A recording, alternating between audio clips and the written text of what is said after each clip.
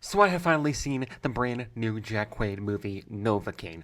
This is a movie starring, well, Jack Quaid and Amber Midthunder, who plays Sherry, and Jack Quaid plays Nathan Kane, aka Novocaine, who basically just can't feel any pain. He's got this condition where he doesn't feel any pain, and then he meets this girl, Sherry, who's played by, again, Amber Midthunder, and then the next day, she gets kidnapped, and then Nathan decides to go ahead and save her because if he doesn't, then he figures that, she's probably just gonna die anyways. So he takes it into his own hands to go and save her, and he basically treats his whole, not feeling pain thing as, kind of a superpower, kind of like that.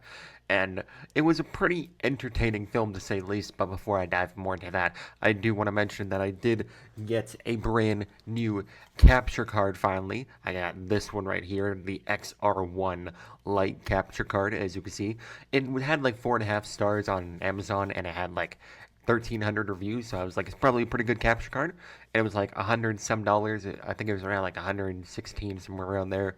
So I went ahead and bought it, and it has finally showed up. And the other day when it showed up, I did some testing with it. Like I played Fortnite with it while I had it on the OBS screen and all that.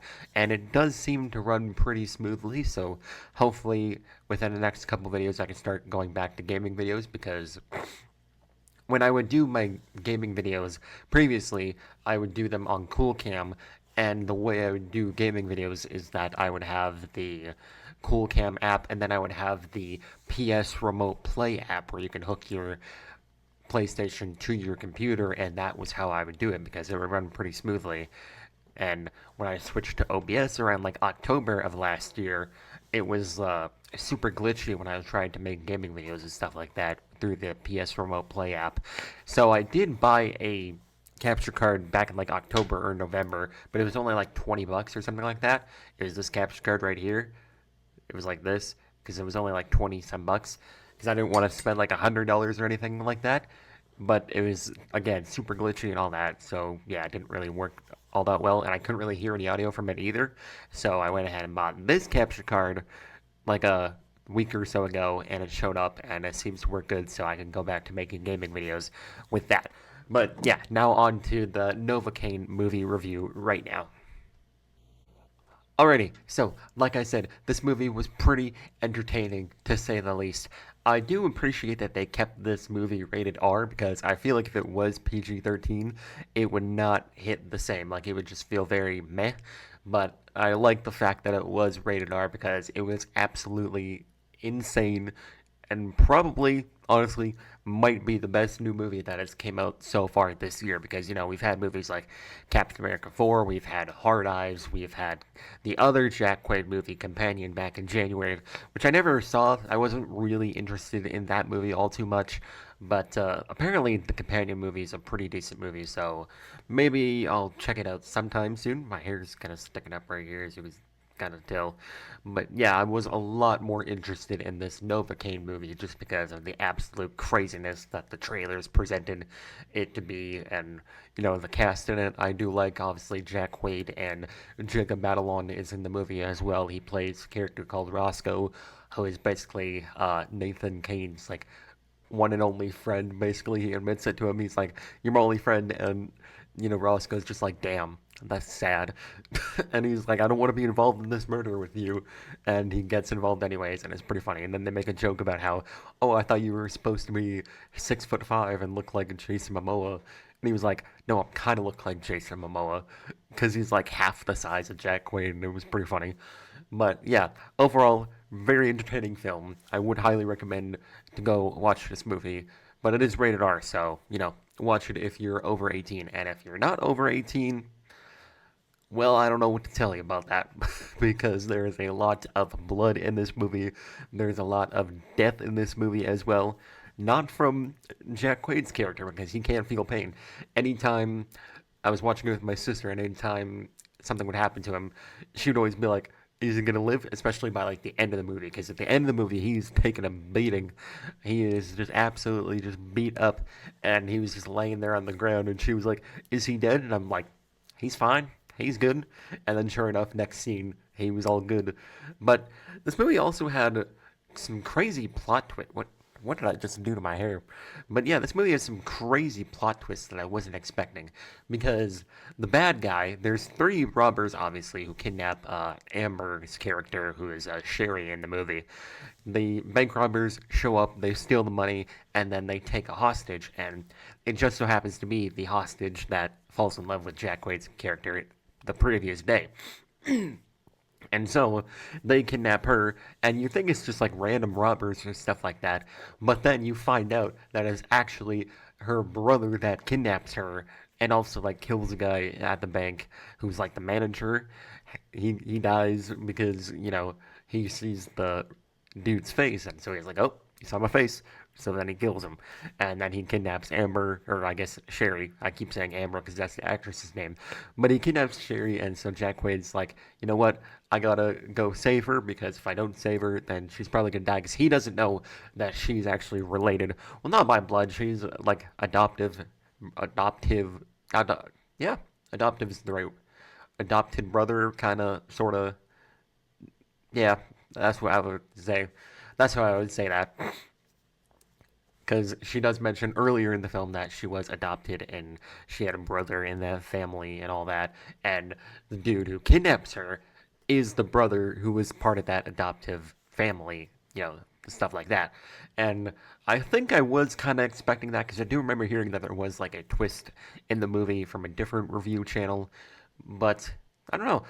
The one thing that I was like not expecting at all was that basically when the last guy, because the final guy who's still alive, because Nathan kills the other two guys who are both brothers, like there's like Ben and then there's Andre, who are like the two other robbers.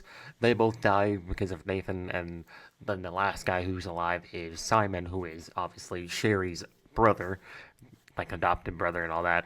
And so he shows up to kill Simon, and then he's like, "Oh, I'm her brother, so you should be killing her because she's manipulating you and stuff like that." But really, he was manipulating him. And so then, you know, he gets shot by a cop, and I'm like, "Oh, he's dead." Finally, it's about time. His seemed like he was unkillable. And then all of a sudden, he's just like, "Psych, I'm still alive." And he shoots one of the cops, and I'm just like, well, shit. He's still alive.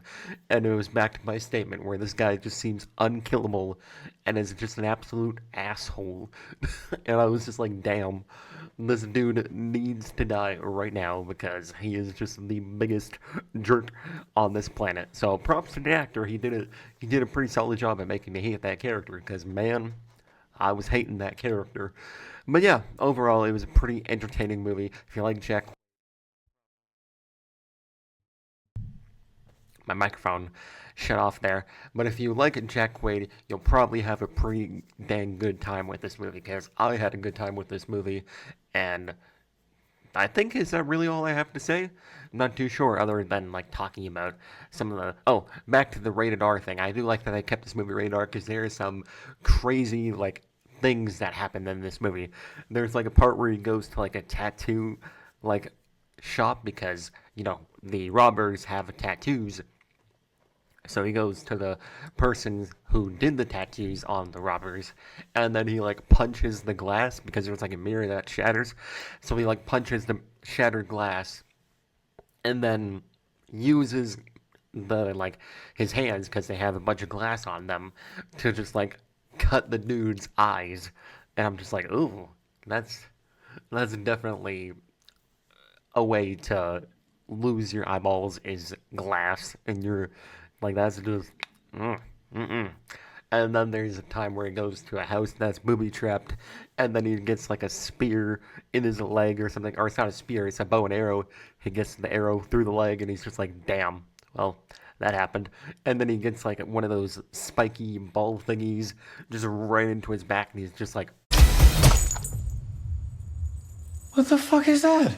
and it was pretty entertaining time. And then one of the robbers is like trying to like hurt him and stuff like that, and he's pretending to feel pain even though he doesn't. I was like, what is going on at this point? Like, it's just absolutely insane, but it's fun insane. You know what I'm saying? Like, it's one of those times where the movie knows that like it's a crazy premise, and so it doesn't really take itself super seriously, although it does, especially towards the end. Like I was saying, when the final robber who's still left alive, Simon, just like comes back to life because he literally got shot in like the stomach. Although I guess it's not really in a fatal position because he also shoots the other cop because there's two cops who are there. He shoots one of them like in the head, so that one's dead for sure. And so then he shoots the other one, but he shoots them like on the side, so they're not quite dead. And they do end up surviving the movie, like the cop that gets shot.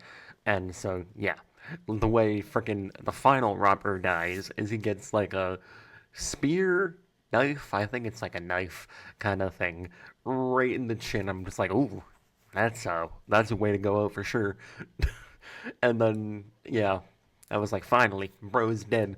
And then yeah, like my sister was saying, we was like, is Nathan dead? And I'm just like, no, he's good because he also had his hand like, you know, torn off, kinda, sorta. Not completely torn off, but like partially torn off. And so we were like, is he dead? And I was like, who the hell knows at this point? This movie's doing whatever the hell it wants. But then next scene, he was fine. I'm just like, see, he's fine. And then, yeah, that was basically the end.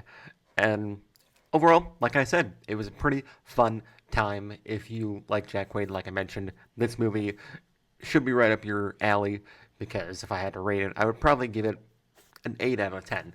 I think this is probably the best movie I've seen so far in 2025 in terms of new movies because I have seen Sonic 3 in theaters. I've seen Captain America Brave New World, and like I said, Hard Eyes and Novocaine. Those are like the four movies that I've seen in theaters this year. And out of those four, I would probably say Sonic 3 is the best in terms of like the four that I've seen in theaters, but in terms of new movies that I've seen, Sonic 3 wouldn't count because it came out in 2024. So in terms of new 2025 movies, I think Novocaine is honestly probably the best out of the four that I've seen, or the three new ones that I've seen. And like I said, I would give it like an 8 out of 10 because it was just absolute insanity. It was hilarious. I like that they kept the R rating because there's just swear words everywhere, and then because there's another scene where like Nathan Cain's talking to his friend on a game that they're playing, and then he's like, "Oh, I got to go to this date," and then Jacob Batalon's character is just like, "Oh, okay, I'll just go f myself." And I was just like, "This movie, man, is just saying whatever it wants," but it was funny. It was funny. But yeah, that is going to wrap it up for this video. We are only 16 subscribers away from 600. We're at 584. So if you haven't subscribed yet, make sure you subscribe and let me know what you guys thought of Novocaine. If you thought it was good, if you thought it was meh. I thought it was pretty dang solid, and it has like a 94% or something on Rotten Tomatoes, and I do think that's deserved because it was a pretty solid movie with some crazy plot twists that I wasn't expecting. Obviously, you know, with Sherry being the sister of Simon, who is like the final robber or like the main robber that the movie focused on. Because like yeah, like I said, they just made him an absolute asshole. So yeah, props to the actor because he did do a good job on that. But yeah, that is going to wrap it up for this video. If we can hit 600, oh Jesus, the hair fell down as I tried to stand it back up. Let me see if I can fix that. There we go. Up. I guess that's gonna have to work.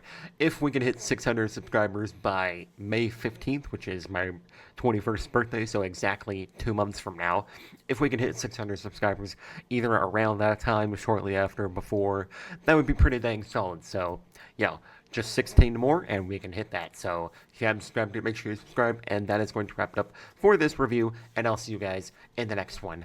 Peace out.